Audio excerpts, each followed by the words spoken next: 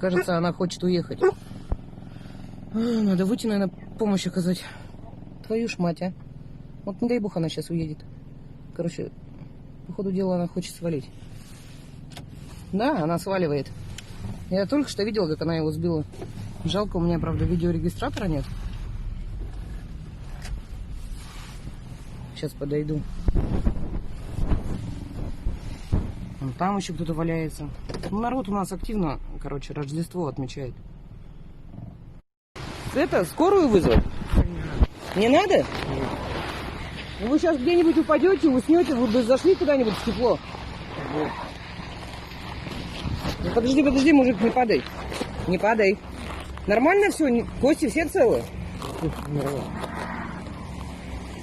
Домой надо ехать. На автобусе поедете? Где живете-то? Нет, не переживай. Да? Блин, ну сейчас он упадет где-нибудь? Не страшно.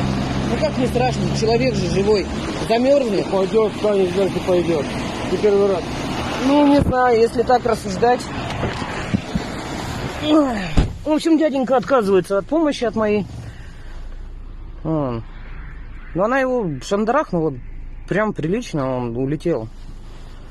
Конкретно. И уехала, главное, коза. Он, бедняга, штаны сваливаются. Вот так вот люди, наверное, и замерзают, да? А другой мужик подошел, говорит, говорит, не лезьте к нему. Говорит, местный житель. Упадет, встанет, дойдет до куда надо.